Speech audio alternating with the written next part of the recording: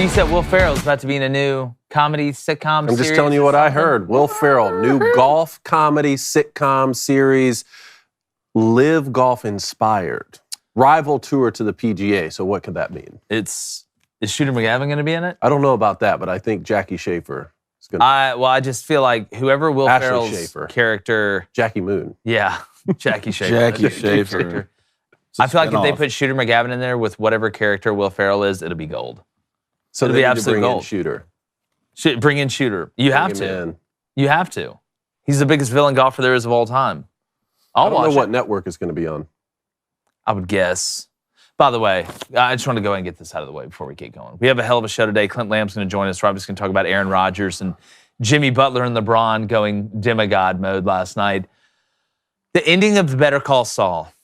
I finally got to the end of it. I'm not happy. I'm not happy at all. You're done with I want to rewrite. I want to rewrite. Spoiler alert. Guess what? I'm actually doing you a favor. It's not a spoiler alert. It's let me save you time alert. You mean to tell me that Slippin' Jimmy gets 86 years? He didn't find a way out of it? Forget Kim Wexler. Who cares about Kim? She ran to Florida. Y'all let Better Call Saul get locked up for 86 years. I want to rewrite. It's lazy, okay? It was a good story up to the end, but you guys blew it. Spoiler alert, it's trash, the ending is. Thank you. There, I had to get that out. Thank you for spoiling that. Good. I was about to. I hope not. I did the American thing. Haven't watched it yet. It's a bad ending. I'm never going to watch it. It's a bad ending. Never going to watch it. Nothing after Breaking Bad. It's just like. Well, it's lazy. I want to rewrite. I'm calling for a rewrite, and nobody should be happy with it. You guys got lazy, you got complacent, and you sat fat and happy back there like, let's just do the most obvious thing we could possibly. It's Slippin' Jimmy, man. 86 years for the best lawyer we've ever seen. Sad. Sad. The New York Jets have completed a trade for Packers quarterback Aaron Rodgers. Jimmy Butler dropped 56 as the Heat topped the Bucks last night in an amazing game. And 18 Colorado players have entered the transfer portal since they sold out their spring game. I'm Jake Crain, and welcome to the Tuesday edition of Crain & Company.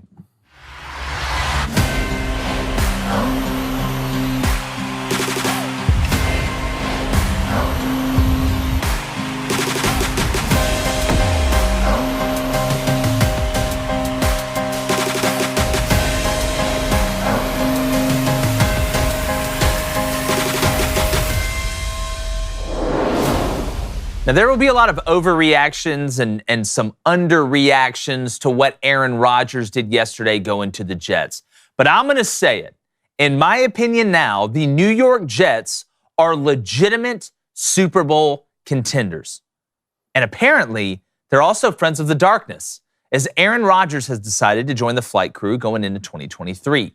Now, I would be willing to bet that the Jets will try and find him more weapons. That's somewhat obvious. But having Garrett Wilson, Lazard, McCole Hardman, and Corey Davis isn't a horrible start. You have a nice backfield with a hopefully fully healthy Breece Hall and a defense that would make Alcatraz shiver. Now, for those who think Aaron Rodgers' best days are behind him, his play doesn't really back up that theory. And let's not act like the Packers were overloaded with weapons either. Now, the most important aspect of this whole ordeal is now Rodgers doesn't have to be Batman. Hell, he just needs to be a solid Robin. He doesn't need to score 35 consistently to win games. He can rely on someone else to come through in clutch moments. When they need a stop or a turnover, they could actually get one. Now, this also makes the AFC East even deadlier. And if Tua can stay healthy, which is a big if, this division of quarterbacks is incredibly nice. Now, some people will say that the New York spotlight will be bad for Aaron.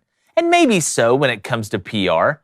But when it comes to football, he still has enough witch in him to win another MVP and Super Bowl. Now, I never thought I would see the day when the Jets and the Giants look so stable, but here we are. And that's not even mentioned in the Knicks. They're going to win a playoff series.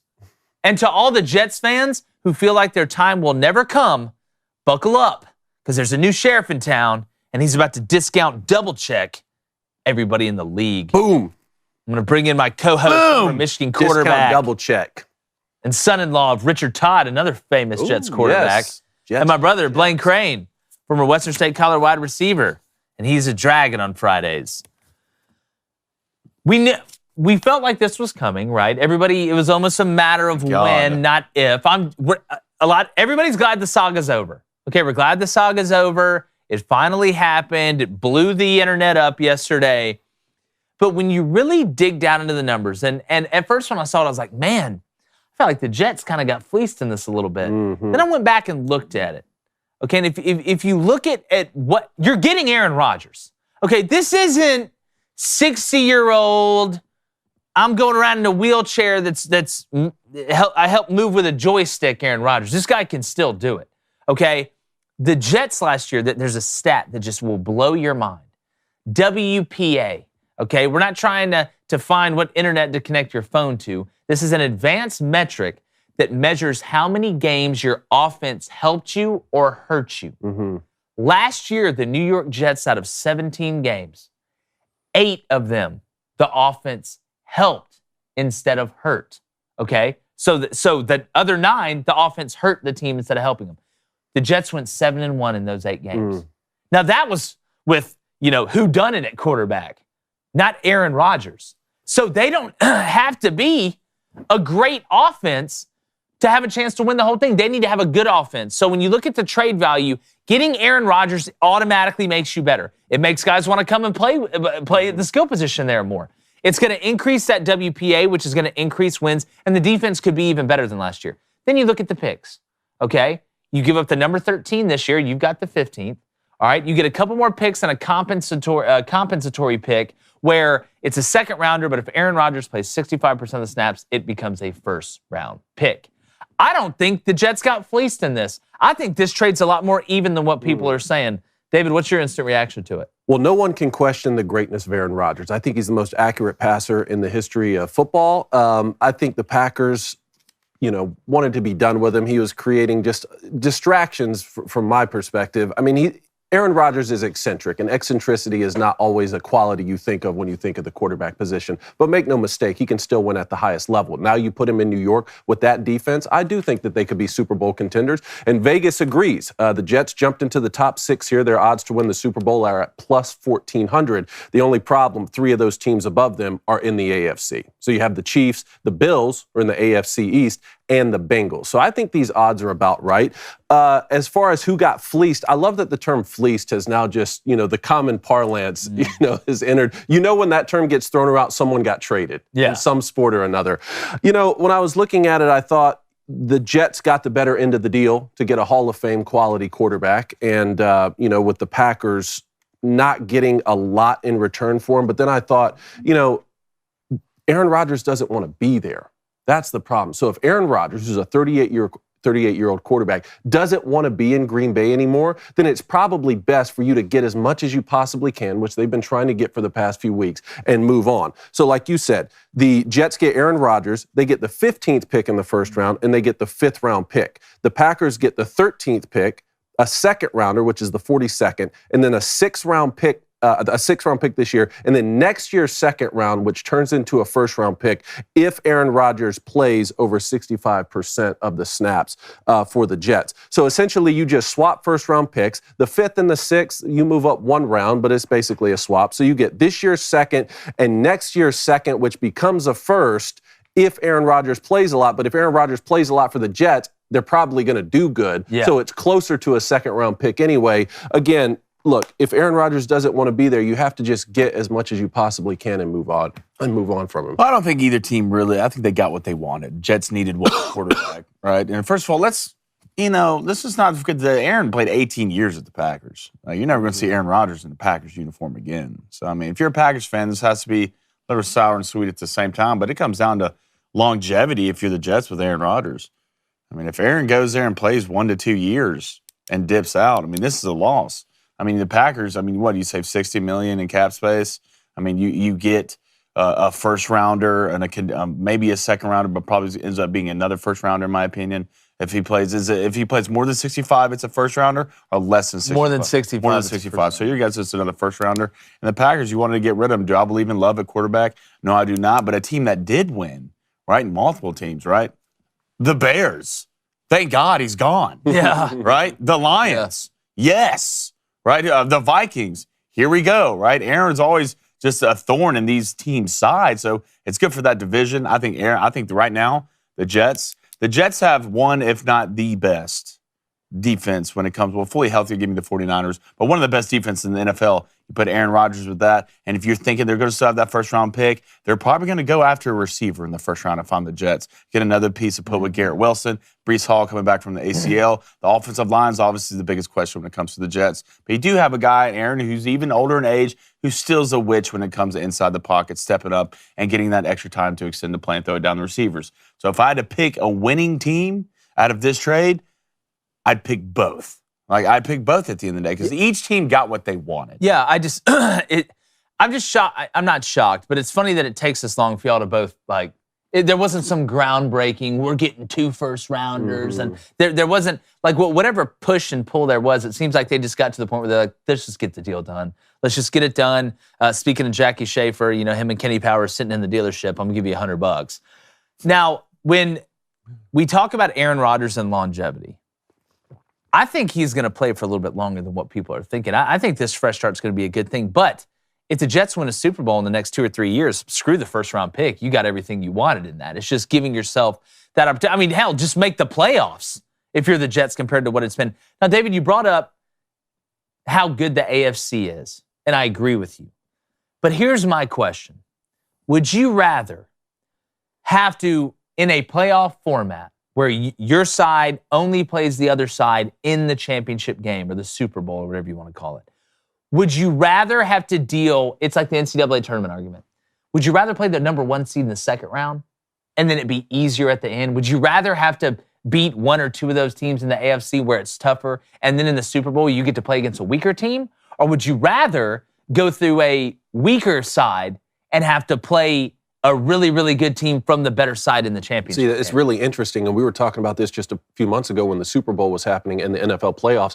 I don't see one side in the NFL being weaker than the other. What's different is, actually, I think the NFC teams are stronger in totality. When you look at a team like the Eagles, very, very balanced team. The 49ers, very balanced team. It's the quarterbacks in the AFC that sort of make up for that. Yeah. We thought, when you looked at the Eagles and the Chiefs in the Super Bowl, the Eagles, just in terms of an overall team, had all these, every position shored up basically with excellence. But the Chiefs had Patrick Mahomes, and you're going to run into Josh Allen with the Bills, and you're going to run into Joe Burrow with the Bengals. So it's like, not only do you have to make your way through this gauntlet of great quarterbacks in the AFC, which now the Jets do have, so they can be formidable when it comes playoff time, but whoever the NFC puts forward in the Super Bowl, you're going to have to play a really good team. I mean, the Eagles are now talking about possibly getting Derrick Henry from the Titans. I mean, don't think that Jalen Hurts, who just signed that contract, and after he signed the contract said, yeah, the money's great, but all I want's a championship. Don't think they're not coming too. No, they've got it cooking over there in Philly. But tell us in the comments, make sure you subscribe. Who do you think won the trade? Do you think was even somewhat like we think? And do you think the Jets are going to win a Super Bowl with Aaron Rodgers? Well, we got plenty of time to the Super Bowl. Guys, we're in the middle of a playoff dead sprint right now in the NBA and the NHL. Yeah. And for the NBA playoffs, the official sports betting partner of the NBA, our friends over at DraftKings Sportsbook, have a heck of a deal. You need to download the DraftKings Sportsbook app right now and sign up with our code BOOSTER. That's BOOSTER, because new customers can bet $5 and get $150 in bonus bets instantly, win or lose.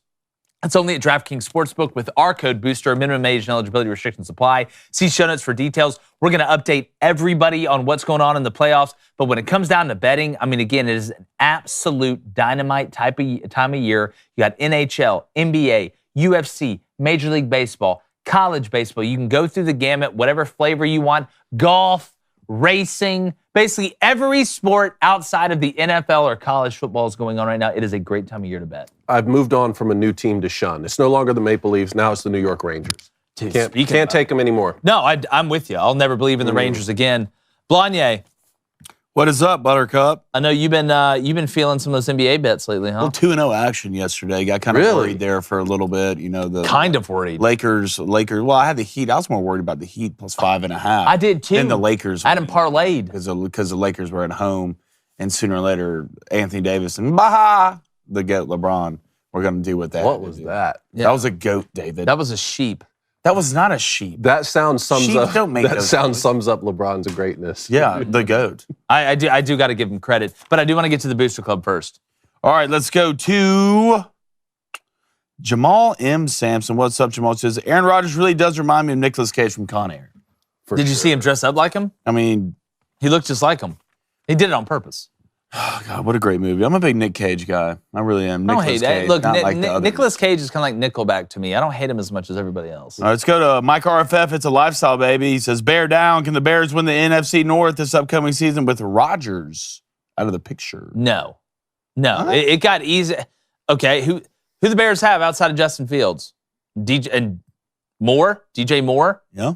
Congrats. I'm over there looking at the Lions and the gumball smuggler, and it's a good situation. If the Vikings can tackle anybody on defense, they should be good on offense. Again, the Bears' time is coming. It's just not now. I think you win more than 3 games, though. Oh, yeah. Well, I mean, if we're going to... Let's go to Navy Vet 09. Hashtag Ask Crain and Company. Will Rodgers bring as much distraction to the Jets as he did to the Packers? Well, it's New York. You look at that media market, it's already going to be a distraction. That's all they're going to talk about with the Jets. It's going to turn into Aaron Rodgers and Zach Wilson. Because remember, Zach Wilson said if they brought in another quarterback, he was going to make his life hell every day. Good luck, Zach. Good luck with that with Aaron Rodgers. XFL. But it's a walking distraction with Aaron Rodgers there. But what's not in the New York media? They're going to find a way to distract. Even if everything's going great, there's always something there. That's what happens when you play in that big market. And remember, if you donate, we ask for questions. Sounds like he's going to wear number 8. Yeah, Remember, he instead of wore 12. at Cal, not 12. Yeah, but Even though Namath said he Joe could Namath- if he wanted Joe to. Namath gave him permission. Look, I just can't wait for Aaron to watch that first day in the draft and actually watch his team pick someone on the offense and when it comes to skill position. It is going to be nice. It's I'm going sure to be he's nice going to be change. absolutely. And if you're Alan Lazard right now, aren't you like, yes, thank you, Aaron. Yes, Man, I'm following this guy everywhere. Fuck- Russell Drew, why did Blaine steal Brett Cooper's jacket? She stole mine. Haha, let's all laugh about it. Let's go to Will Hyatt, $5 donation. Appreciate it, Will. Says, love the show, guys. Will, I love you. Says, I'm a Knicks, Devils, Mets, Giants fan. Okay. Which of my teams wins a title first? That is Knicks, Devils, Mets, Giants. The rare Well, Mets-Giants combo. Well, it's not going to be the Mets. You might as well just forget that. You know what? I'm going to say this. You ready for this? No.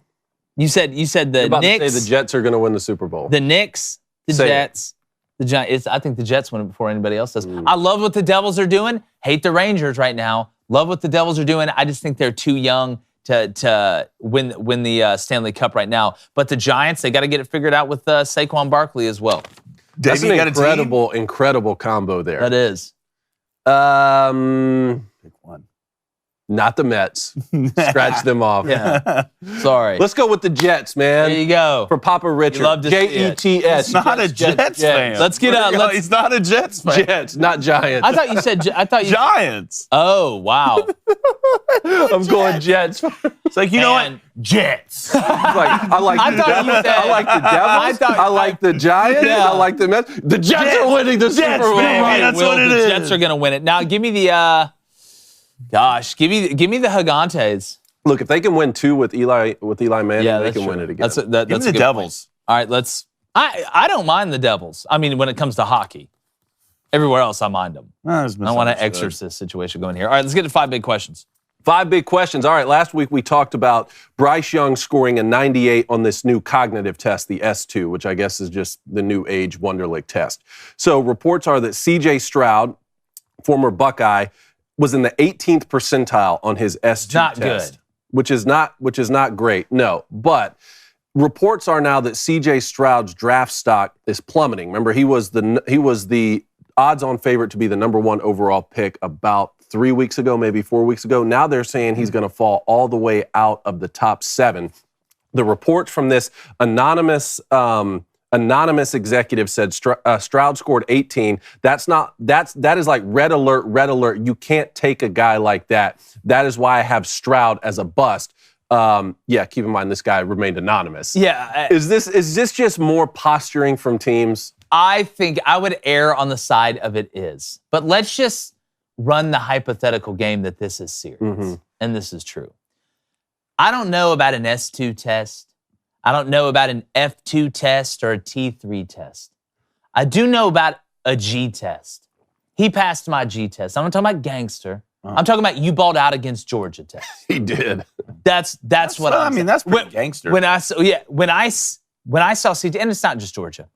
I've watched CJ read defenses at a very high level, make the right decision with the ball. I've seen him be deadly accurate. The one game I saw him really struggle was at Northwestern, and the weather was horrible.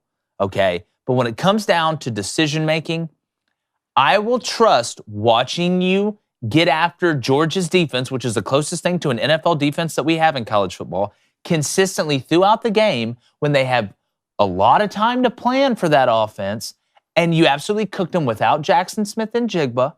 Okay, you were beat up at running back, and we know how talented they are. He passed my G test. I don't care about an S2 or any of the other things that these people want to throw at him. I don't care if you know what the capital of Portugal is. I need you to make this whole shot throw when you see cover 2 in the NFL. He passed the G test. I do think this is semantics, but if it's not, this is another example of guys sitting around and talking themselves into something stupid.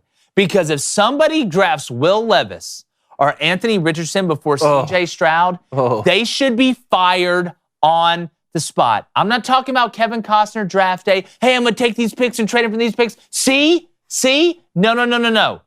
Fired instantly into the sun because it's a mistake. Will he still go number 2? God, I hope so.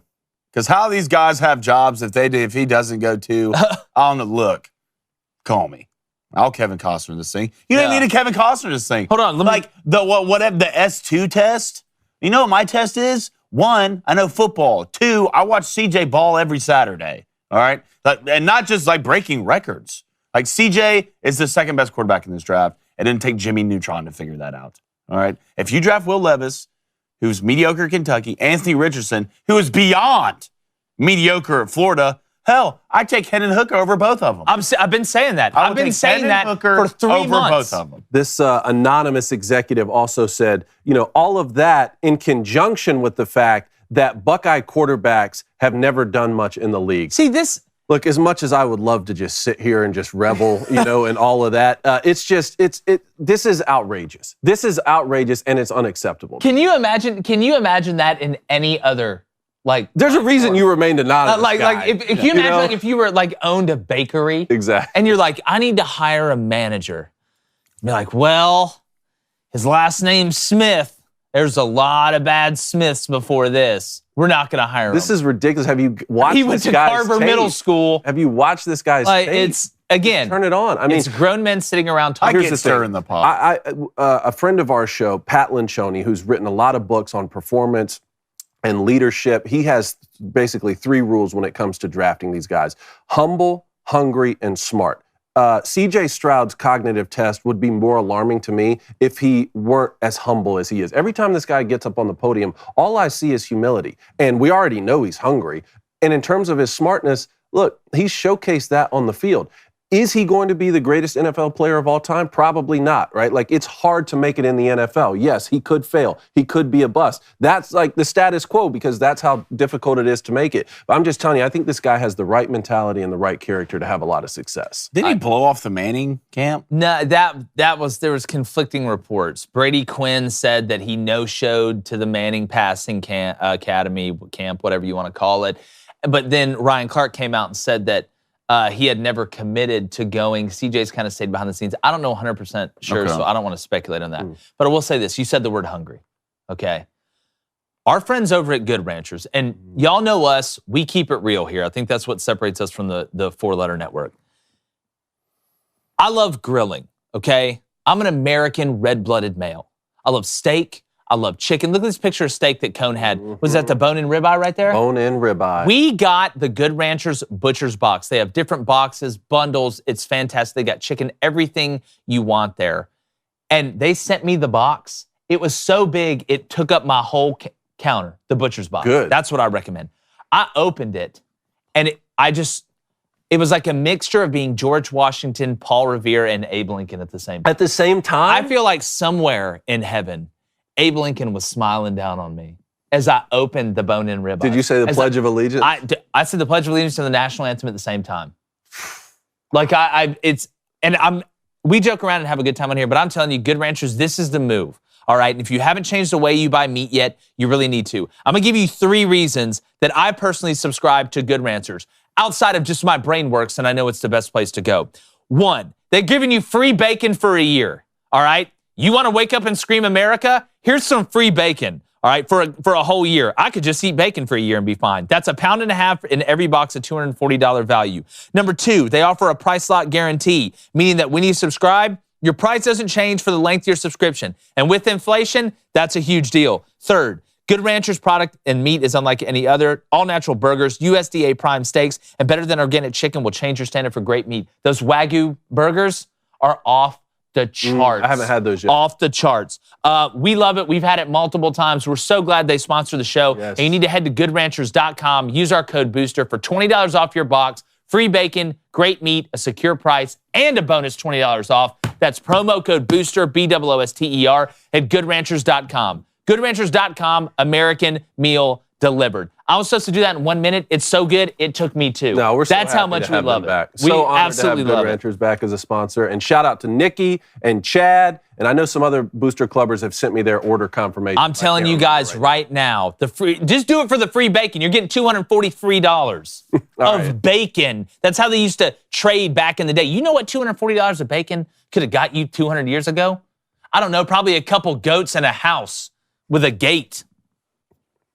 All right, second question here. Deion Sanders, in just a few months at Colorado, has transformed this program to one where no one shows up at the spring game, to one that is sold out and on ESPN. But 18 players have already entered the transfer portal since their spring game this past Saturday, including the 2 leading wide receivers, their leading rusher from last year. One of their wideouts had 162 yards and 2 touchdowns in the spring game, immediately announced that he was in the transfer portal. So Deion's son, Shedeur Sanders, who's playing quarterback, said, I'm just saying people have their own crooked ways about themselves. I can only control me.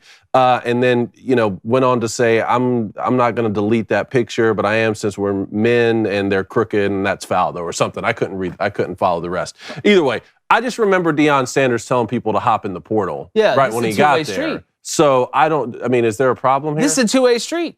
Deion went over there and said, look, I'm bringing my Louis with me. Okay. Well, some of those guys said, well, I'm taking my Louis. Here's the question, though. Is this does Deion have something in the works with a bunch of guys coming over? But I just don't know if there's enough guys that are that much of impact players this time of year to be able to come at this part of the portal. That should have happened before this. Before you went through a whole spring and installed the offense and did all these things. What did you say something after the game? Like, did something happen after the game? Because this story is overshadowing what I thought could be the biggest story for Colorado. You want to know how much juice Deion Sanders has? They replaced Alabama on ESPN for their spring game. Think about that. Nick Saban, great PR move, had Alabama's spring game on ESPN, the mega channel, right? Now it's Colorado. Deion Sanders brought that cachet, but now everybody's leaving. I want to know what you think about this, Blaine. Well, I'm not surprised by this. These are all 18? It's a lot. It's a lot, but these are all kids that are already at Colorado, right? Yeah. What are you losing? I don't know. What phenomenal talent! I don't know if all 18 Colorado. Is Travis Hunter still playing receiver? Sounds That'd be pretty good. Yeah. Did you see his DB highlights the other day? Dude, he's an NFL player. But look, it's going to take time with this. Like, you got to get the guys that you want in here. And if you want to pack and go, get your stuff and get out. Now, I don't care if you had 150 yards in a spring game. Congratulations. We can find someone to replace you. It might not be next year. It might not be this year coming up. But sooner or later, with the swag that this man carries, kids want to go play for prime. I agree with that. Especially out of high school. I agree with that. Well, and again, he didn't have to go win 8 games this year. That's what I was awful. Like, he's always going to win the PR battle, right? What are the realistic on-field expectations for Colorado? With all the Pac-12 returns this year at the quarterback position and on defenses at Utah and Oregon and such. I think 4 wins is a win. That's what I would say. Because you won, what, 1 game last year? Mm-hmm. They won 1. So you win 4, and again, you didn't pick the best year to hop in the Pac-12 and turn the ship around year 1. All right, week 1. Hit us with it quick. Go to TCU. Loss. Nebraska at home, week 2. Matt Rule, they've sort of created a little bit of a feud here. I mean, I say that. I think it's being made out to be more than it really is. I think Matt it's Rule smart just PR. I said- think it's just kind of a boost for both. So where is that game? That is at Colorado. Could that be the? That'll be an interesting game. You have Colorado State at home, week 3. That's you go to winnable. Oregon, enjoy that loss. That's a loss. You have USC at home, That's a enjoy that loss. loss. You go to Arizona State. Winnable, Debatable. but tough. Win that. We'll Then see you how have Dillingham does. Dilly. Stanford at home. Winnable. You go to UCLA. Loss. You have Oregon State at home, Arizona at home. You go to Washington State. And let's end the season by going to get beat down at Utah. There's 4 there. I think If you there's can win 4 6, there. Mel Tucker won 5 games and left for East Lansing. So. Yeah. No, we'll see. It's going to be interesting. All right, next one here. So Morgan Wallen was supposed to perform a show in Oxford, Mississippi the other day. Country music star, obviously there he is, Morgan Wallen. And Lane Kiffin sent out a tweet. I want to read you Lane Kiffin's tweet here. If you build it, they will come. Amazing to see even Morgan Wallen transferring to the SIP. Sorry, Vol football. It took 13 long years to win him back after being so angry at me that quote unquote one night in Knoxville. But right before Morgan Wallen was supposed to go on stage, he said, my voice gave out and I can't perform, and he left. Conspiracy theory? A lot of conspiracies theory here. Some of the security guards said he was drunk and he woke up in a hotel room. Well, that's not a ambulance conspiracy took him theory. away. That's probably what happened. Yeah, but I'm saying, did Josh Heupel get on the line, call him up? Hey, you're a Tennessee Vol. We need a timeout? We need a timeout. You're from outside Knoxville. How much does Morgan love Tennessee? I mean, is he like a huge Tennessee guy. Like, man, make songs about it. I watched a guy come to Auburn and poison a tree. Okay, so I'm not going to put. He had too much Bama in him. You watched him do it? I'm not going to put. Well, heard about it, and then and he was a sheriff or something like in Texas. I wouldn't put it past anybody to do anything. But what I heard was allegedly Morgan Wallen had a little too many cold sodas, and woke up in an Airbnb with some friends. Let's put it that way. Look, Ole Miss doesn't lose parties. No, they don't. All right, you go to Ole Miss, buddy. You better strap it up. It's an all-night affair. Can you imagine how? Let's just play the game of let's be honest. How awesome would it be to be Morgan Wallen in Oxford, Mississippi? If you've ever been to Oxford, Mississippi, you know exactly what I'm talking about. Well, yeah, I saw a picture of him pass out on Airbnb at 2 a.m. So it didn't look like he had the best of time. From this weekend? Yeah. Are you sure that's from this weekend? I think that picture. Allegedly, yeah. No, but you know exactly what I'm saying. He probably didn't have a bad time. Yeah, I'm sure Morgan Wallen doesn't have a bad time when he goes to a lot of colleges. Yeah. Probably stay doesn't in suck, to be honest. I would just stay there. But why is Morgan Wallen playing at Chattanooga? I'm guessing all the people who bought a ticket's getting a refund. If not, if it was me, I'm finding your address. 2, God, you know how many people he let down? That's what I'm saying. You're like, I get it. Last night you did let the liquor talk at the end of the day. You did. But like, dude, we can't find him something to get him out there. Yeah. Like, this never happened with rock bands. Yeah, this never happened with Nicky. You don't think these guys are getting hammered before the night? It's 2023. Is there not a doctor around? It's like maybe somebody should tell him about Pedialyte. They make an adult version now. I wouldn't know. They do. Jeez. They do. All right, next one here. So, 13-time NBA champion Phil Jackson. 2 as a player with the Knicks, he won championships. 11-time champion as a coach. Coached Michael Jordan and Kobe Bryant to all their championships.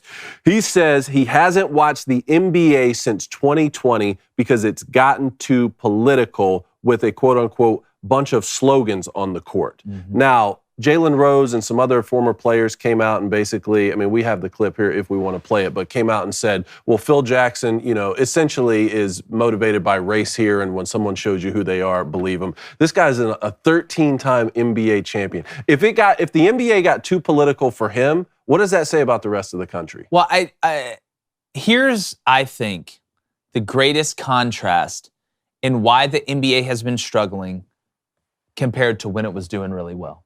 I think this is a great contrast with Jalen Rose and Phil Jackson. Number one, everybody knows that Jalen Rose takes every opportunity to call somebody racist that he can. Because, and look, Jalen Rose was a hell of a basketball player. And he knows basketball.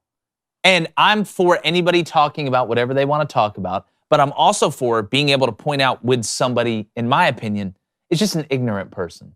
When you can't formulate an argument based on anything except the worst thing on the spectrum, accusing somebody of being racist when you know they're not racist? Like Phil Jackson, it's not even about the 13 championships to me. It's not even about the triangle and all that stuff. I mean, the man coached Michael Jordan and Scottie Pippen. Ask any of the guys that played for him. Nobody has ever, I've seen, accused Phil Jackson of being racist. He's the Zen master. He was Mr. Cheezel. I'm so sick of just because you were good at basketball or you're good at football or any of this, you can automatically just call anybody racist and it's fine. But this shows you where the NBA lost its way. And Jalen Rose is a great example of it. At some point, and that's why Adam Silver's kind of made some of these moves. And if they use these playoffs in the smart way and don't make things political, I think they can try and get back a little bit of that audience. But Jalen Rose and people who think like Jalen Rose, not who look like Jalen Rose, people who think like Jalen Rose are one of the biggest obstacles of the NBA having success from a marketing standpoint in this country and getting back to where they were. But if you keep putting clowns like Jalen Rose, because that's what he is, he's a clown. You take the basketball out of his hand, you should give him 2 elephants and the people from Cirque du Soleil because he's a clown. It's just sad to me, but it's a great contrast, and it's a great lesson to learn. Jalen Rose will lose you money in a heartbeat. Phil Jackson, the way he goes about it, will make you money. And the NBA, I think, should be smart enough to tell a difference in the two. So Phil Jackson went on to say politics should stay out of sports, which is something we've been advocating for How's a that while. racist? Can y'all play this Jalen Rose clip just so listeners have context here? You can't make this up. Hall of Fame coach and 11-time champion Phil Jackson claims to have stopped supporting the NBA because it became too political when it went into the bubble and was catering to certain audiences by putting slogans on the back of jerseys and Black Lives Matter on the floor. The same Phil Jackson that won championships with some of the greatest black athletes in the history of the game. Michael Jordan, Scottie Pippen, Shaquille O'Neal, Kobe Bryant, made millions on their backs and off their sweat equity. You're sitting up watching a game with your grandkids and y'all think it's funny when justice passes the ball to equal opportunity? When somebody shows you who they are, believe them. So stop watching forever.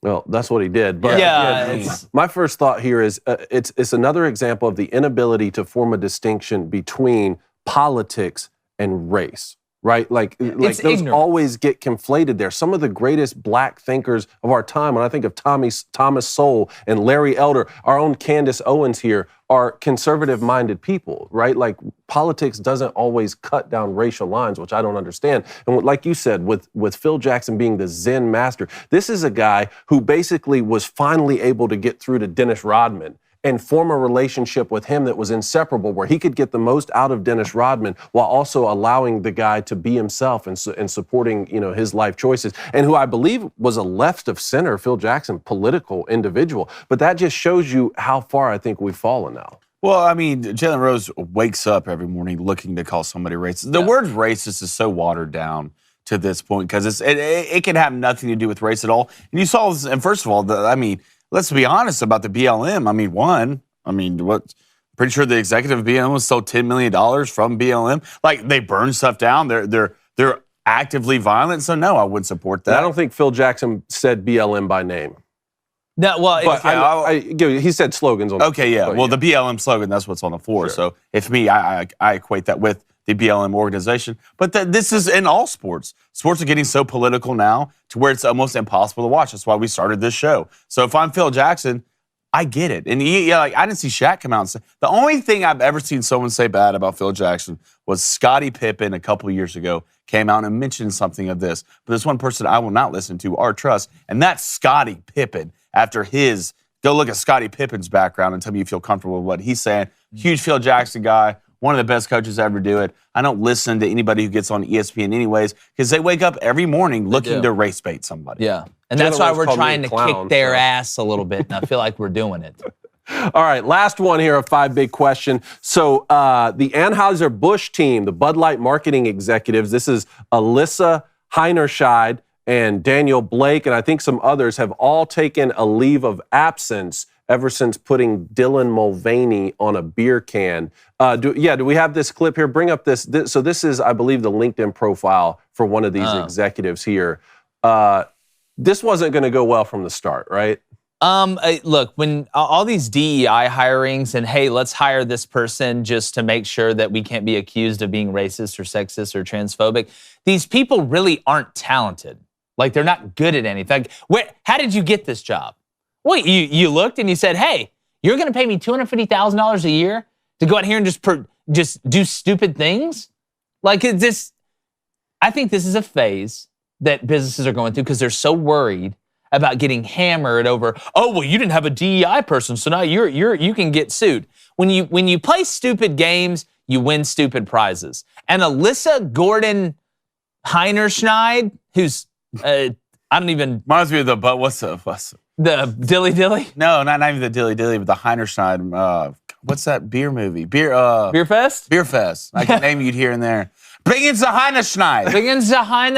But guys, like, why can't we fire anybody anymore? Gums on it. Why can't nobody be fired? You're taking a leave of absence? Let me tell you how that conversation went. Hey, Alyssa, we're going to need you to take a leave of absence. Yeah. Oh, I don't want to take a leave of absence. Like, no, you need to be absent after you leave. Yeah. Like, just fire them. Get out. Just fire them. Her pronouns are she/her. Now it's is/fired. Yeah. What did you find over here, buddy? Dude, I found this video and I thought it was absolutely hilarious. This is what I do at 12:30 at night. That's good. That's a lot better than what I thought you did. Let's play the clip. Sir Jeremy, you are a true friend of the crown. Dilly dilly. Dilly dilly. Madam Susan, you are an even truer friend of the crown. Dilly she's got the dilly. case. Dilly dilly. What is that? This brand is in decline. It's been in decline for a really long time. So I had this super clear mandate. It's like, we need to evolve and elevate this incredibly iconic brand. Please follow Sir Brad. He's going to give you a private tour of the pit of misery. Pit of misery, dilly dilly. Dilly dilly. Oh my goodness. The pit of misery. And that's exactly where belong. I never thought I would be crying out for a day where we return to the dilly dilly Bud Light. If Bud Light night? Y'all remember the Bud Light night? Yes. If Bud Light would run that commercial, their sales would go right back up. I refuse. It'd go right back up. It would. I refuse to think that if you're the CEO, you don't know about this happening. Like, you don't know your marketing team's doing. You gotta know. You have to know. But by the way, that girl isn't the only one who's taking a leave of absence. There's another person in the market. I think Daniel Blake is his name. Yeah, the guy with two first names that nobody trusts. Look, I think the whole team maybe eventually is. No, we'd have traded the team. Like, yeah, you're all taking a leave of absence. I'm gonna need y'all to. What does he say? Will Ferrell on Superstar? He's like, hey, I invented a new dance move. It's called the Move On With Your Life. Speaking about moving on with your life, the weather's warming up here in Nashville. You know what? Yeah, is it? You know what that means? It's grilling season, baby. We already talked about Good Ranchers, and I could not be more excited about backyard parties, barbecues this summer. The last thing I want to be doing, though, when I'm getting ready to host a barbecue, okay, is having to vacuum up all the hair from my dogs and worrying about the propane tank. Oh, yeah. Right? That's where our friends at Cinch come in, CYNCH. They come in super clutch. They're a propane grill tank home delivery service. They deliver propane tanks right to your door on your schedule and doesn't require any long-term commitment or subscription. Plus, it's completely contactless. You don't have to wait around at home, and you can track the order on their app. So go online to cinch.com or download their app to order, because new customers can get their first tank exchange for just $10 with promo code BOOSTER. That's BOOSTER. Do you see a pattern here with the promo codes? So go to cinch.com, that's CYNCH.com, or download the Cinch app, use promo code BOOSTER to get your first tank exchange for just $10. That's CYNCH.com, promo code BOOSTER. This is a limited time offer, and you must live within a Cinch service area to redeem it. So do it fast, and if you don't live in one, you need to move. So visit cinch.com/offer for details. Cinch, we got Good Ranchers with the Cinch propane grill tank underneath.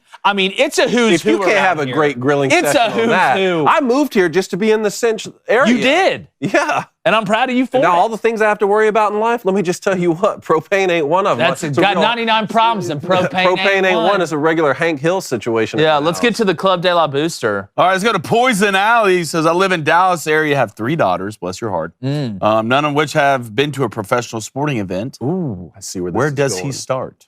Wait, He's in Dallas. How old Okay. are they? Start with one. Dallas. The Stars play tonight Stars play tonight. at home. I think. Don't take it to a Cowboys game first.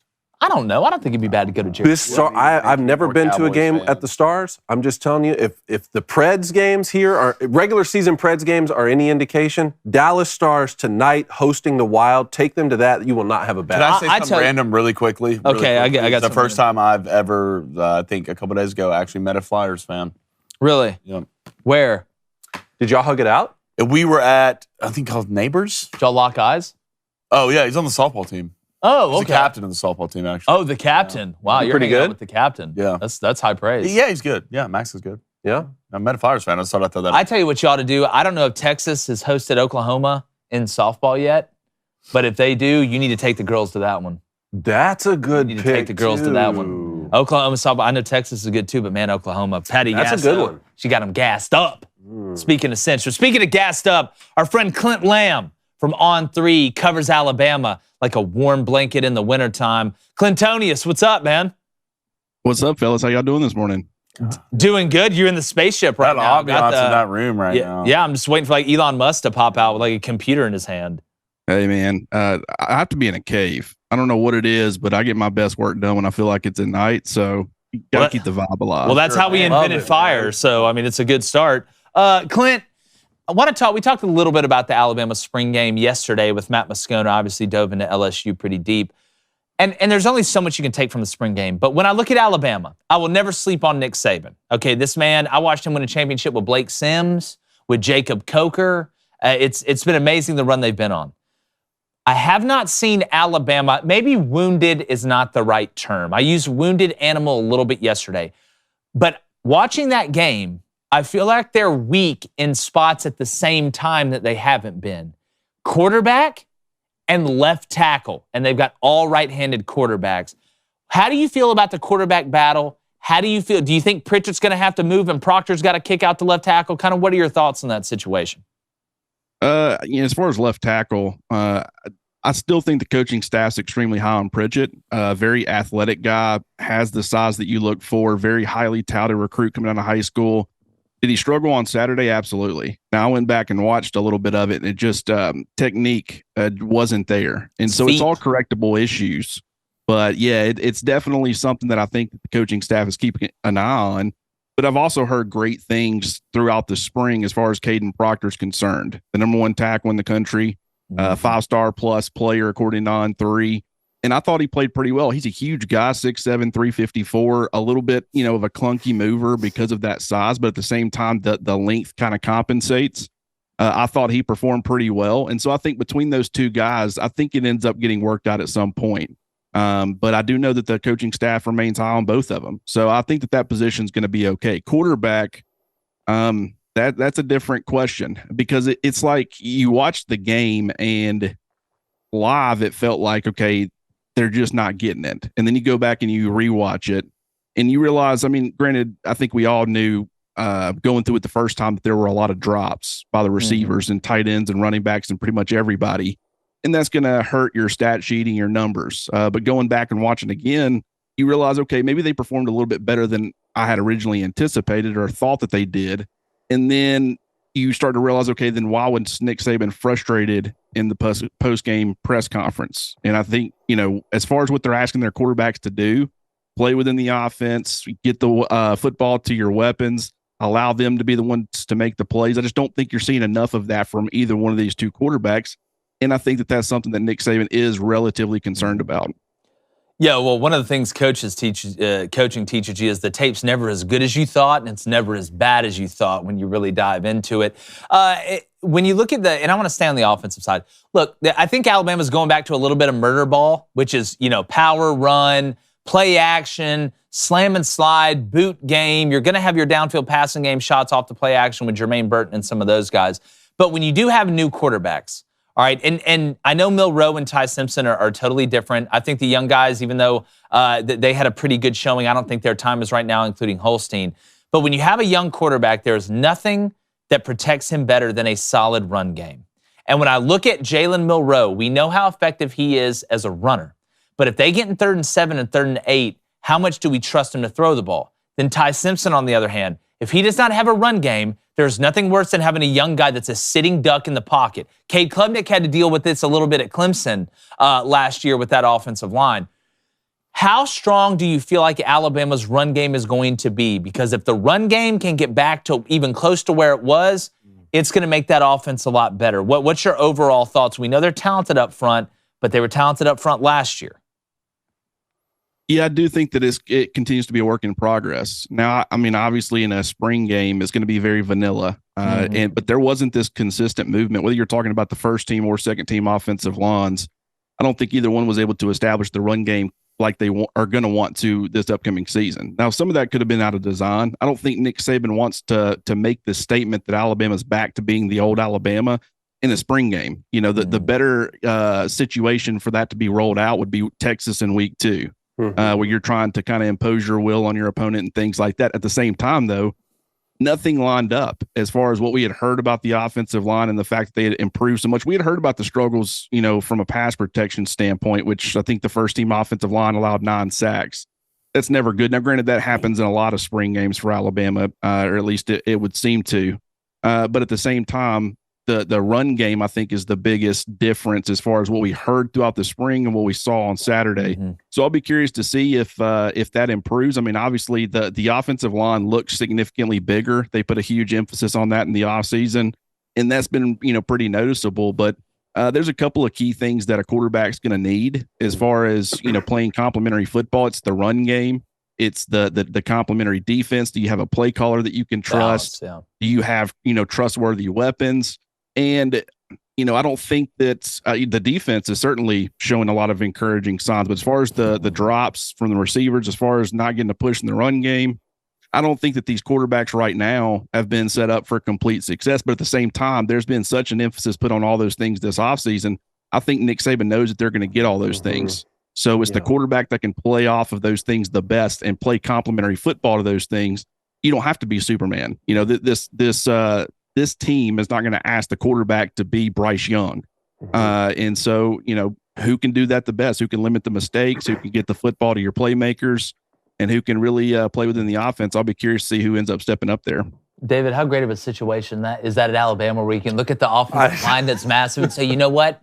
We need to go bigger. It's an interesting time for Alabama because for Nick Saban's first few championships there, it was built on those elite defenses and power run games like you're talking about. Line of scrimmage, really. But now, 3 of the 4 previous quarterbacks you've had are starters in the NFL, and the 4th one's about to go number 1 overall. So it's like, look, they've proven they've been able to win championships in all sorts of different ways. But, Clint, we asked Matt Moscone yesterday about Alabama, so I want to ask you about LSU. Now that you've seen Alabama's spring game and you've seen what LSU has with Jaden Daniels returning at quarterback, Brian Kelly entering year 2, who won the SEC West last season.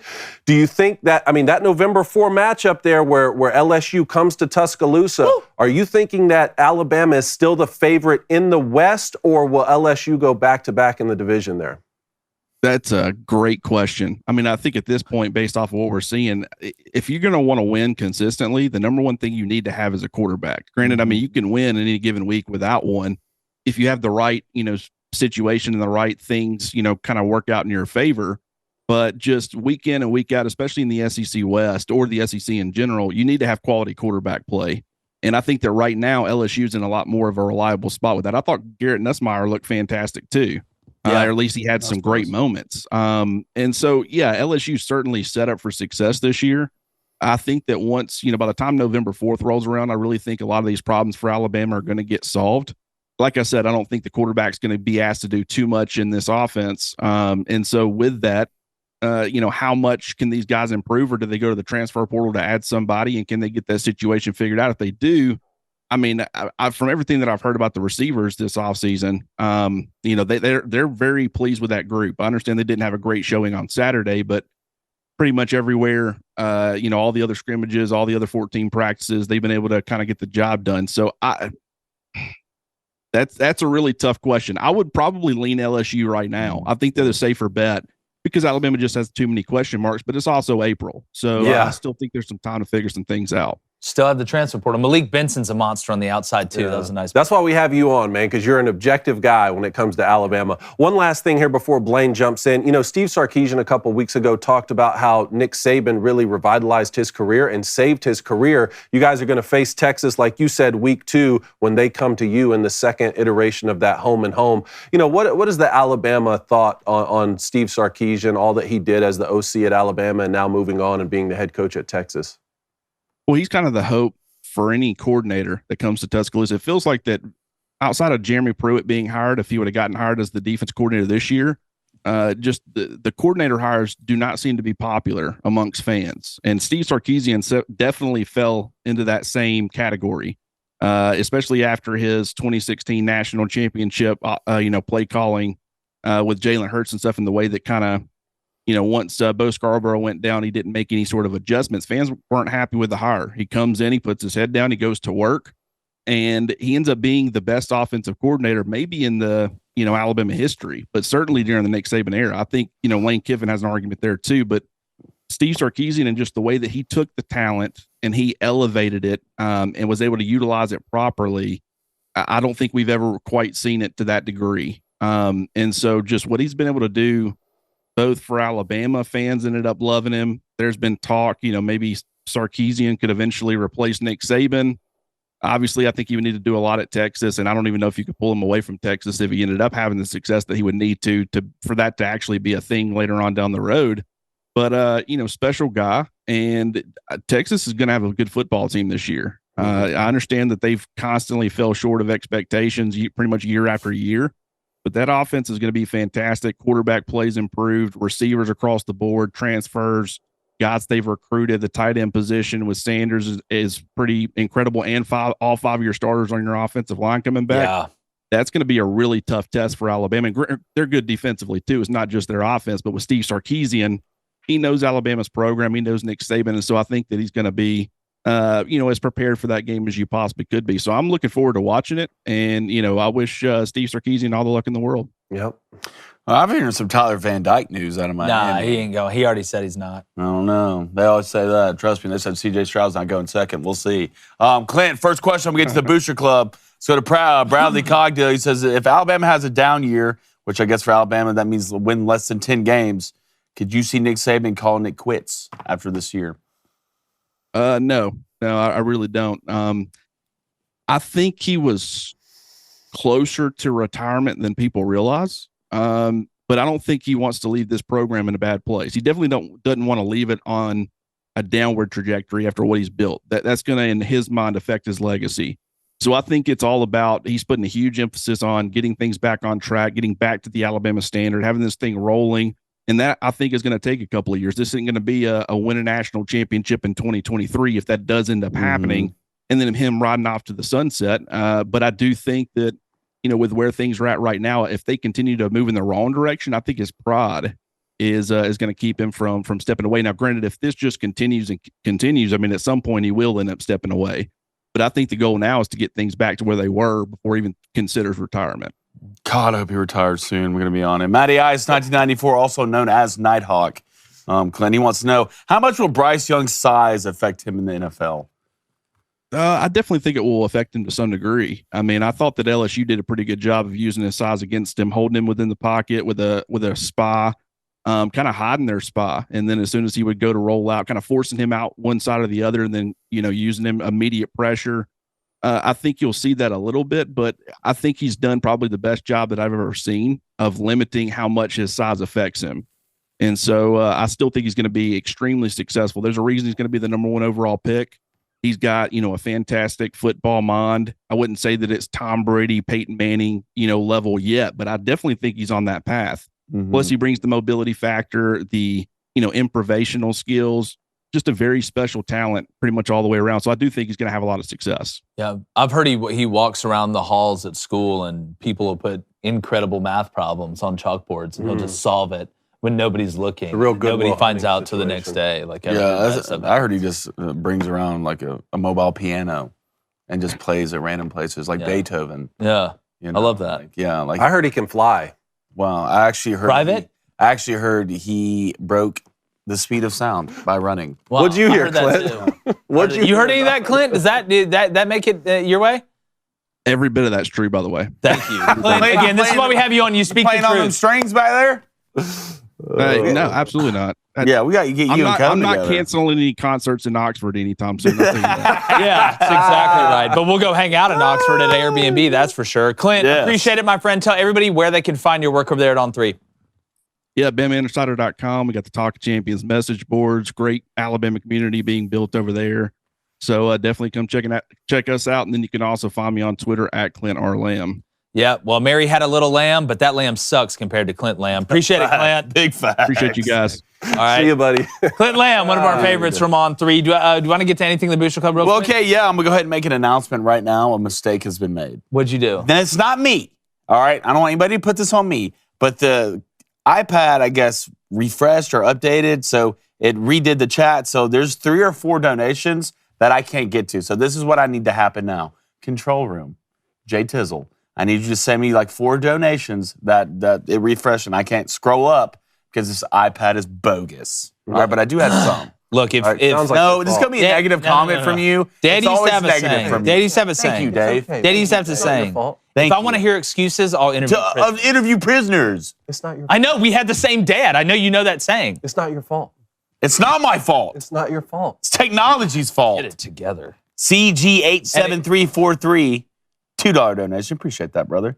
Says Jalen Rose equals. What do you think he's going to say? Racist. That's not Please a bad call him a answer. clown. Call him a clown because that's what he quote tweeted. Professional victim. He is. You got the Law and Order sound? Yeah. Oh, Like we when do he's- have the Law and Order. I'm sound. Jalen Rose, episode 6. Hey, maybe Jalen Rose should call timeout. Hold on. Yeah, all right. Hey, CG87343 with another donation, Whoa. $2 donation. RIP. AI? RIP Dilly Dilly. Yes. All right. Let's go to David S. with a $5 donation. Jake and Coat, repeat after me.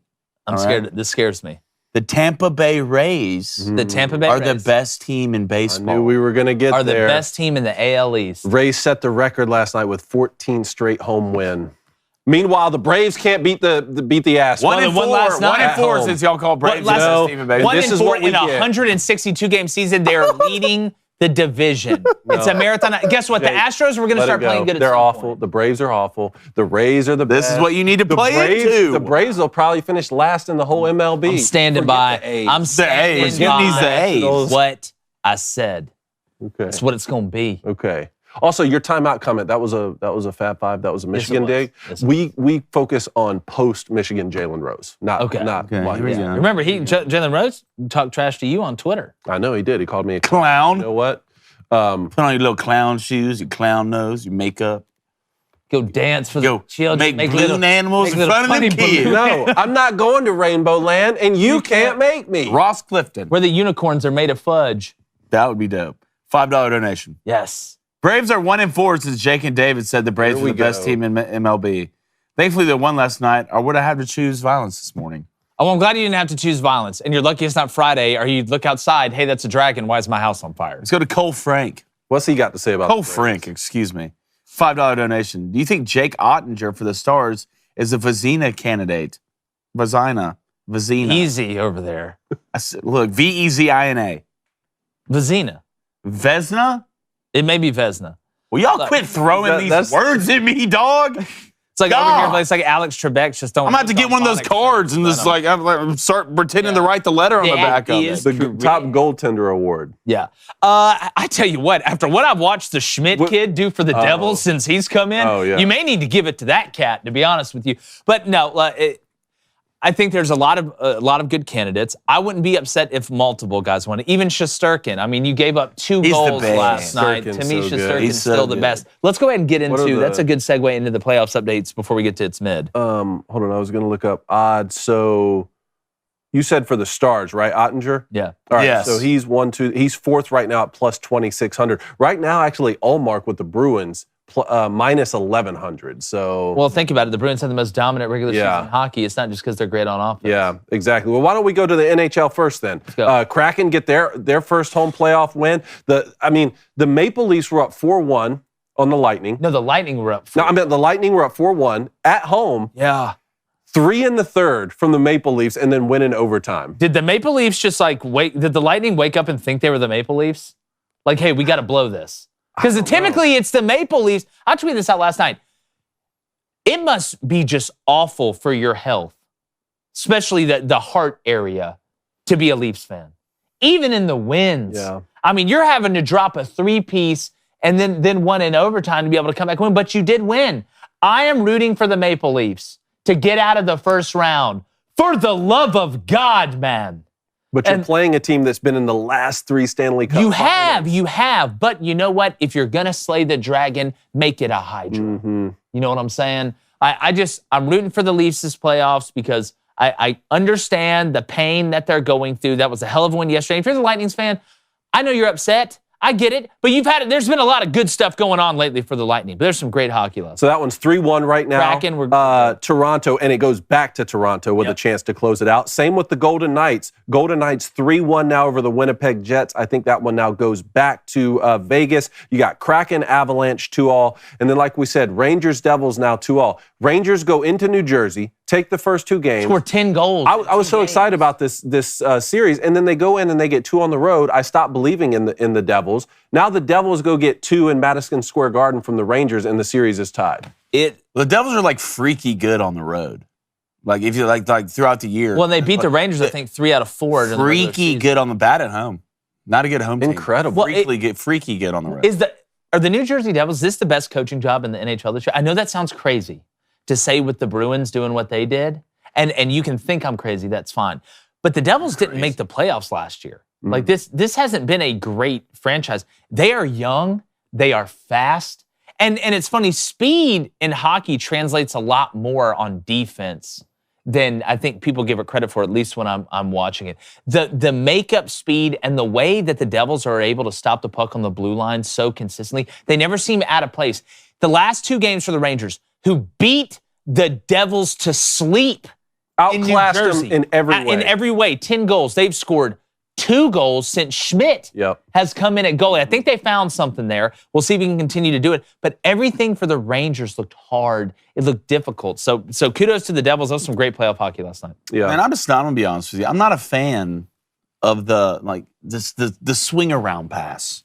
Throwing the puck to the wall. And the one that pisses me off. Swinging around. The one that upsets me is somebody will be about to go on a run, but it's a line change, so then they'll just flip. They'll just flip it. Why not just go on the run and then wait for the next one? What's another 50? I know you're going full speed for a minute and a half or a minute. I get it. It's not some walk in the park. You're not doing just crunches in the middle of Central Park. All right, you're out there skating like Apollo Ono toward the puck. But if we're on a run, I'm in basketball. I'm not going to be on a fast break 2-on-1 and then just throw the ball up and let you get it so we can all run back or make a sub. I've been talking about this too with Darby Lou, because it's like it seems that in some situations it's more important to have a line change than to have offensive possession, because you definitely don't want to be changing once you already on. Well, and I'm not talking about if it's even if it's even.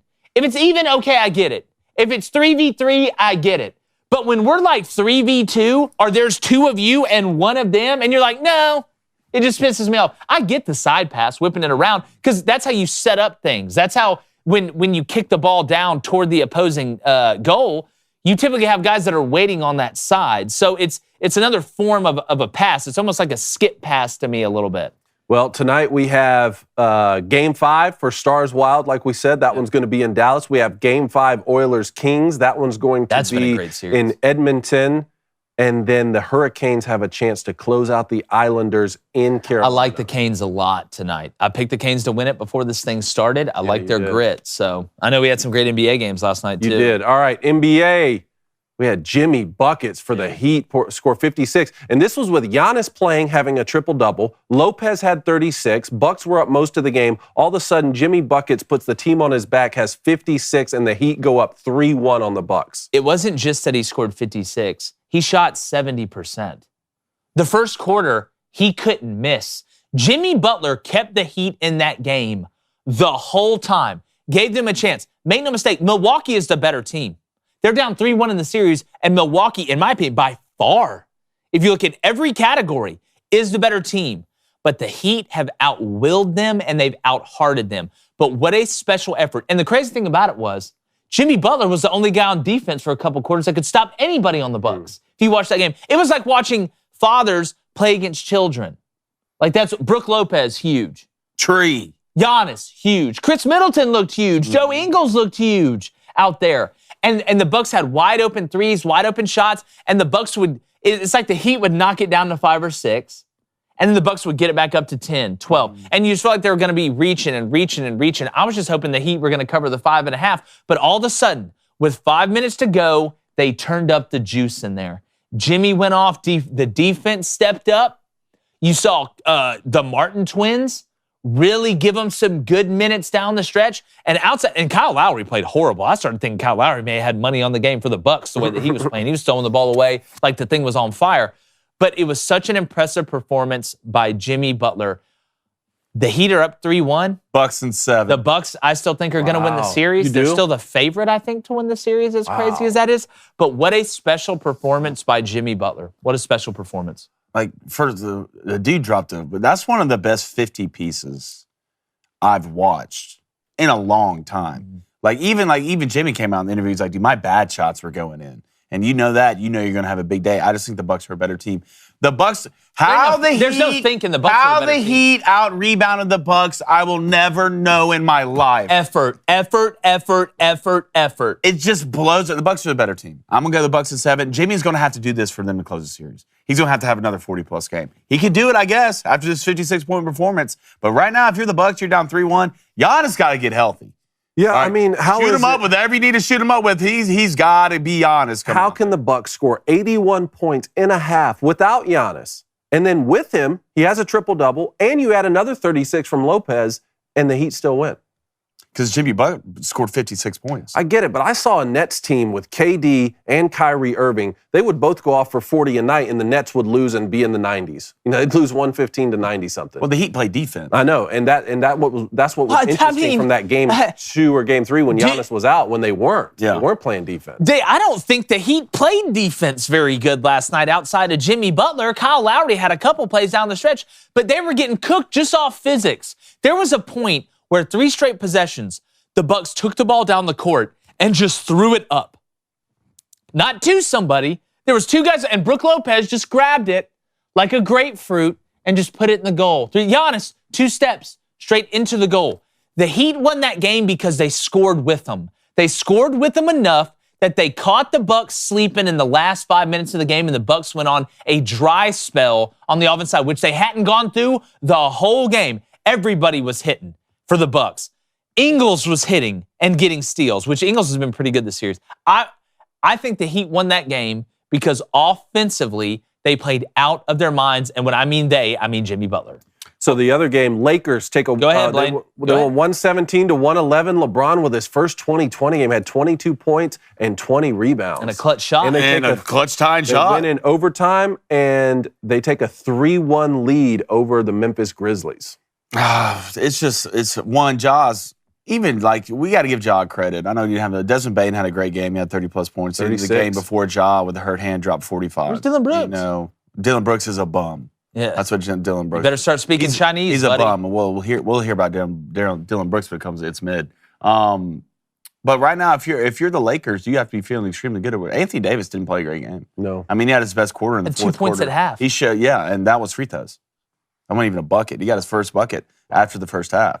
But right now, I mean, if D'Lo late in that game is what really impressed me. D'Lo hit 3 threes in a row. If he's shooting? When you needed it bad. Of course, LeBron came in the clutch like he does most of the time. All right. Hit a layup over Jaren Jackson that I still can't believe went in. What a shot. But Anthony Davis then showed up in overtime. The crazy thing about it, you know who the leading scorer is for the Lakers? Is it Vanderbilt? Reeves. I was going to say Reeves had Reeves had 23. They don't look like when Reeves got in foul trouble early in this game. He had 4 in the third, right? Early in the third, had to sit. You take Reeves off this team, right? The offense just doesn't look the same. And that is crazy to say with LeBron James and Anthony Davis. Of course, Anthony Davis does something to his hip. Surprise, surprise. Can I just say something? And I don't want to come off like somebody that's like I told you so. It's amazing what happened when Russell Westbrook got off this team. All I did the whole year was sit here and talk about how it's screwing up their flow on offense because LeBron and Westbrook are ball dominant. There is not another ball-dominant guy on that offense. Anthony Davis is not ball-dominant. Anthony Davis is a great passer. One of Anthony Davis's biggest strengths is he was a guard for most of his life. So he can handle the ball well. He has great vision when he's passing. But you took Russell Westbrook off that team and you opened it up for these other guys who don't want the spotlight. They want to make the right play. Austin Reeves, Vanderbilt, guys that want to make the right decision with the ball. And it's amazing. It's not just about all the stars you put on one team. It's about having the right amount of stars and the right amount of guys who understand who they are and how to play. And it's helped the Clippers. It was a true win-win. And you make a good point because it's not just, you're not just saying Russell Westbrook's not a good player. That's not what I'm saying. That's the low-hanging fruit. That's not what I'm saying. Said. Russell Westbrook's just playing bad and he's missing all these shots and he's Russell Westbrook now. Get him off the Lakers. You were saying he's just not a right fit because he's gone over to the Clippers and really shown out in their series. Thank God they have him now without Paul George and Kawhi's not going to play again. Yeah. But you're going to be the same problem if the Clippers. Those 3 ball-dominant guys. Sure. And that's why they're down in their series. Jake, you said Lakers weren't going to make the playoffs. With not even win the play. No, without Westbrook. After he got traded, you said they were going to make the playing game and not going to make the playoffs. I thought I said that with Westbrook. I don't know. I'm pretty sure I said that with Westbrook because they traded him right at the deadline, right?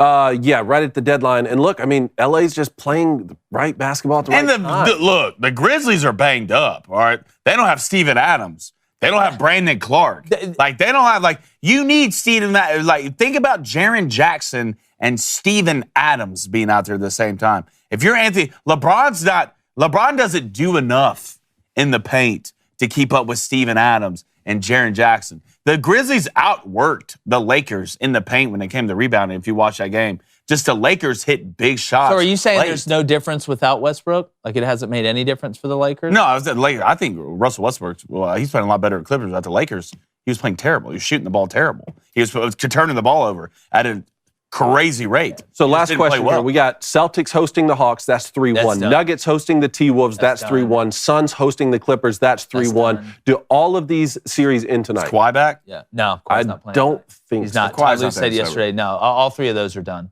Okay. They're done. I think the Celtics may beat the Hawks worse than the Nuggets beat the T-Wolves. I mean, what's up with the line's bigger? Yeah, well, I don't know what's up with DeJounte Murray either after bumping that referee. He's suspended. Yeah, I think he's suspended. Y'all are cooked. Put him in the oven. Turn that thing up. 1-1, though. I said they'd win 1. The Hawks? They got 1 in you there. got that one. Yeah. All right, you ready for It's Mid? Oh, tell me what's mid, man. Come on. A lot of donations mid. that don't hit the refresh button are going to go away. I already read hit it with my mind. Read the donations while Blind is getting up. My legs are asleep. I get it. I get it. Pull, David. Let's go. I like those maroon pants. Oh, God. Those are nice, man. Those are. Thank you all. Appreciate it.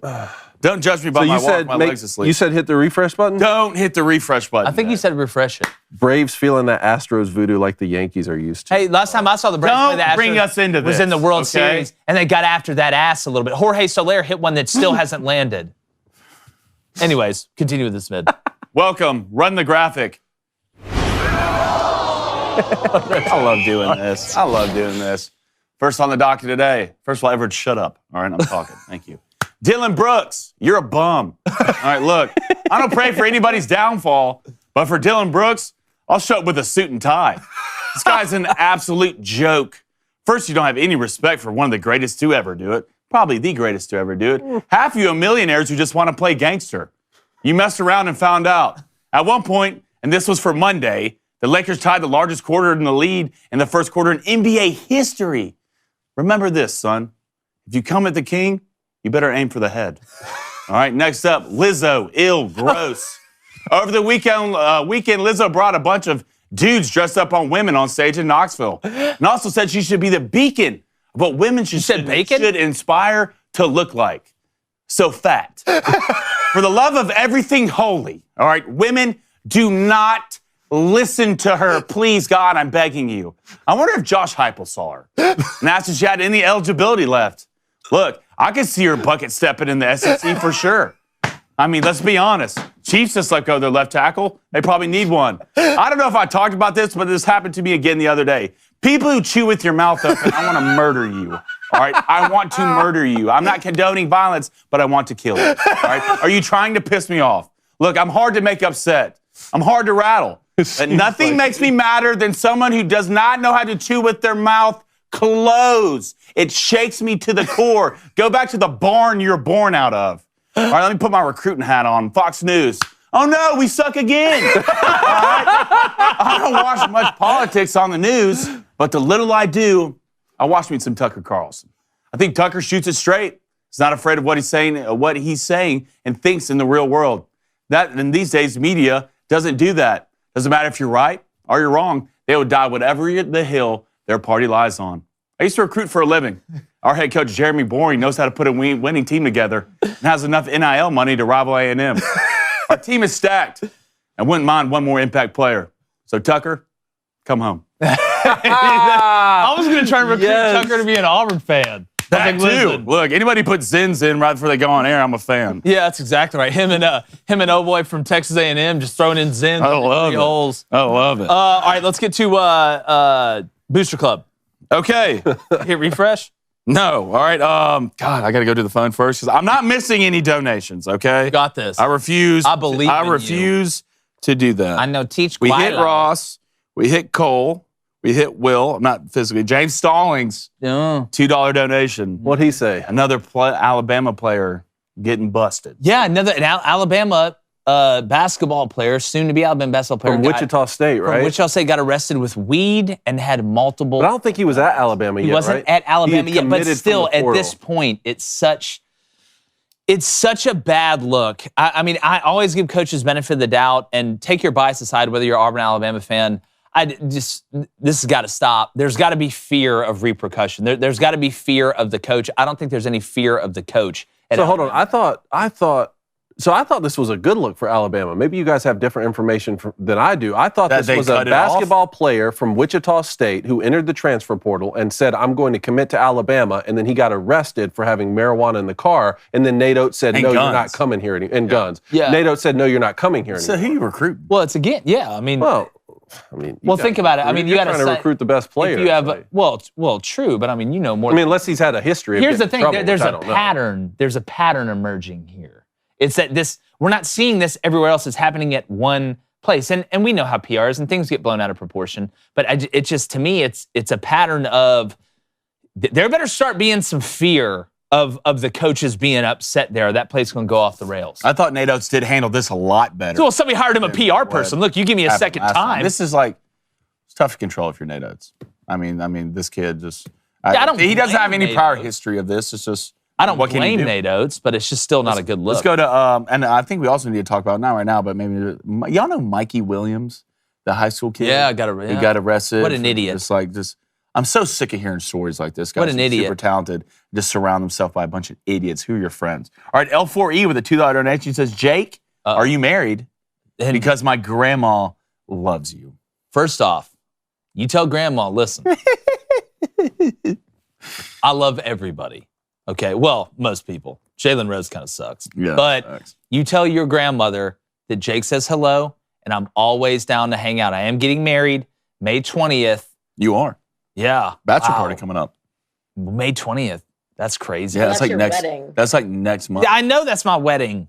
Justine, thank you. All right, let's go to another one. James Stalling, $2 donation. He says, Ema Udoka to the Rockets. Saw that. I like it. I do What's y'all's too. thoughts? With the young talent, Jabari Smith, Jalen Green. Yeah, they're going to have probably, I know with 3 teams, they'll either have the number 1 pick and they're going to go get that huge thing from Sweden, I'm pretty sure. It's like 7-9. You talking about Wimbaya? Wembanyama. Yeah. The Avenger. But I'll tell you, the new Celtics coach, Joe Mazzulla, that guy's my favorite coach. Dude, my favorite does a coach great is the job. Grizzlies coach because he looks nothing like an NBA coach. He looks like an offensive line coach in the NFL. I'm riding. I got to ride with the Celtics. His name's now with Taylor Joe Jenkins. Mazzulla. Yeah? I love this guy. Leroy Jenkins. Let's go to Cole Frank. Cole, $5 donation. Appreciate it, Cole. Says, do you think the Maple Leafs will win the first round after the game last night? Oh, man. Jinx Jinx say them. yes to Jinx you. them. It Jinx feels them. like Jinx them. destiny. I'll tell you the best way for them to lose. The best way for them to lose is if I take them. Yeah. Because I took them in the Cohn's- game. if Cohn- Hey, if let Cohn or me me bet bets on on them. you, Every yeah. Maple Leafs fan should be reaching out to me right now, just telling me to stay away from them. Yeah, I mean, I've taken the Lightning more than Benjamin Franklin, and that doesn't work. Yeah, I'm just glad the Rangers lost. In your face, Stephen Aaron. All right, let's go to David S. $10 donation. All right, I've got a good name for the MLB Nashville team, the Nashville Admirals. Since Vanderbilt is the Commodores, naturally, I think it makes sense for a pro team, the city, to be called the Admirals. I think we should be the. They'll cancel it at some point. Yeah, the Admirals. That's racist. Too toward pro-military. boats. That's boatist. All right, let's go to. Let's see what's going on. You okay over there? Yeah, that's fine. I haven't been in the. I feel bad when I don't. Yeah, I'm coming over here, guys. All right, let's go to Lucky Bird Flaming Dragons. Oh, thanks you. Appreciate it today, buddy. All right, Lucky Bird says, watch my first full hockey game Sunday. Yeah. Watching the Bruins, so much fun. Go Bruins. Can the Bruins win it all? Yeah. The Bruins are the best team in the NHL right now. That doesn't mean, typically that means during the regular season, you're not winning the Stanley Cup. You win the President's Trophy. But this Bruins team didn't just have a great regular season. They had the most dominant regular season that we've ever seen in the NHL. You look at the way they're able to attack offensively and then defensively, the way they're able to get back. They have an unbelievable player in goal. They're a complete team. I love it. Walsh's skinny jeans. Yeah. So CNC gets me pumped at the gym every day, baby. You go in there and get that pump. You lift those weights. You look everybody in the eyes when you walk in there and say, I'll lift this whole thing up if y'all. Are you wearing the jeans in the Fight gym? me. That's the question. Yeah. There's nothing like you go in there wearing skinny jeans, throw up 4 or 5 bills on deadlift. Yeah, people are asking questions. Hashtag believe. That's how the FBI gets involved. The Hall family 2001, y'all's thoughts on Spencer Strider last night? Absolute, just laser beam thrower. Laser beam thrower. But again, when you have a dashing mustache like that. How many Ks did he have? Because I was about to take the over. More than David Duke. Touche. Thank you. That's I was going to take the over at 8.5. But look, the Spencer Strider, number one, how do you not be good if your name's Spencer Strider? Let's be honest. That's how you know you're good. But Spencer Strider is one of the guys that can just get up there and say, guess what? Here comes the heater. Let's play a game called You're Gonna Miss It. He challenges. He reminds me so much, and I'm going to say this, of a young Justin Verlander. That's who he reminds me of. He had 13 Ks. That's who he reminds me of young Justin Verlander. Here's the fireball. Here's the slide piece. And Kate Upton sitting in the stands waiting for me to come home. That's why I would vote Justin He's dating Verlander Kate Upton too? I don't know, but it's probably Verlander needs a run for Prezi. That's what I would vote for Verlander. I'm telling you, you tone at 96 plus and you go home to Kate Upton, dog, you won. You got my vote. You won life. Your political ad would be so you don't have to say anything. Short and great. We should be hey, here, bam, no Kate hitter. Upton. Oh, Kate Upton, come here. Yeah. That's how I love it. Think we get Verlandy on the show? Why not? I need to hit up Ben, his brother. Where's David Cohn at?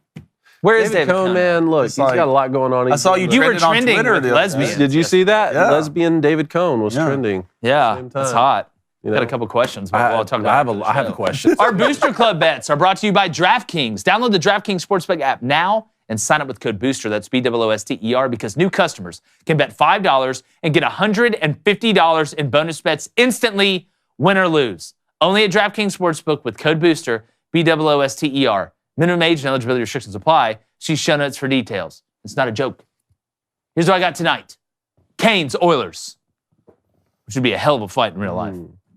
Got them both money line, which means one of them will win and the other one will totally blow it at the end. That's going off at plus 139. And then NBA, I went alternate lines. All right. I'm not alt-right. I'm just trying to get my alts right. Okay. So give me the Nuggets -3 paired with the Suns -7 and the Celtics -8. You put those together, that gives us plus 135. Nice. All right. I'm going to be bet buds with you on the Canes Oilers parlay. That's plus 139. And I'm going to take the Nuggets money line, but the Celtics -8. So that's minus 149 on the odds. Okay. All right. Travis Elrod, hold my hand for the Astros. First, I'm going first pitch. Bottom of the first pitch. First inning. Jesus, I can't talk. Bottom of the first inning, first pitch. Result is going to be a ball. You hit one of these the other night in the Braves game. Yeah, Max Fried. Do a ball first pitch. Thank you. Of course he did. All right.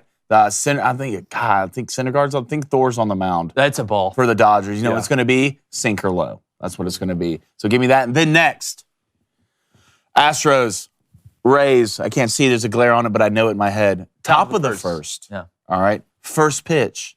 Single. First pitch? Single. What are those odds? Plus 2,600, 2,700. Wow. So that's a month. Look, I'm telling you my game plan right now. That's a month changer. I'm going to bet this until the weekend. And then I'm going to use all my extra bets to take every first pitch hit in the MLB. But we all know Sergio's already going to win the month. So Sergio got that Tennessee in him. He's going to go to South Carolina. I thought he already locked it up. He already won it. Yeah, my bad. He already won it. It's over. It's close. Right? Yeah, it's close. Is he doing his speech? I think he already wrote it. Yeah, we'll see. We'll bet do he live. did. All right, Ace Cone. He's going to take the Stars money line at minus 145 and the Astros Rays Nerfy minus 130. I love the white marker outline here. It really gives it a. Who did that? A nice glow. Yeah, who did that? No, I'm giving you credit. Yeah. You can't even compliment anybody The anymore. blame's clearly not. Well, I didn't know Helen Keller was real. Yeah. I met someone who teaches kids who are blind and deaf, so you guys, it's possible. You met No way, someone. they found the school? Anyway. Let's get to the poll. Okay, yeah, poll. All right. Well, Aaron Rodgers win a Super Bowl. That felt really loud when I said that. Will Aaron Rodgers win a Super Bowl with the Jets?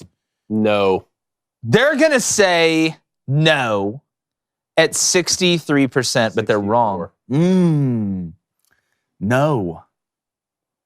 77%. Wow. The Aaron Yes. Rodgers hate is strong with these. 3%. Let me get these donations real quick.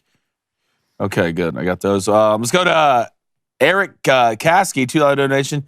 When will the big draft preview show be? Ooh. All right, so Arnie Palmies. Arnie Palmy alert. I know what you're thinking. We are going to live stream the NFL draft. First 15 picks. Hold on. Correct. Let's go ahead and get everything we need in there. 1, am I eating Vegemite? I don't know why. It's got to come in. All right, It's got to 2. come in. By the way, Laura Brown, we got the beef jerky. 2, Woo! Jake will be eating cranberry sauce. 3, Wait. I'm shooting David with a paintball. I thought I was getting waterboarded. And Jake's also getting No, if I'm getting waterboarded, the cranberry sauce is He's out. getting waterboarded with cranberry sauce. No, that's my You know what? nightmare. I just remembered I have something that night, so I won't be here. Yeah, it's called a marked up back after I shoot you with a paintball gun. All right? So make sure you're there. Yeah, we're going to live 7:30. We're going to have call-ins. I'm going to fight a live bear. We're going to have call-ins, too. It's going to be fantastic. We're going to talk a ton about the draft tomorrow as well. So make sure you check us out. Subscribe. Check us out on all platforms. Go check out Daily Wire Plus. Some unbelievable content. We appreciate you guys. Keep sharing the show as we continue to grow. That didn't mean to rhyme, but I guess it did, and now we both know. So, like the chances of the Hawks having a shot to finish within 15 points against the Celtics tonight. We're gone.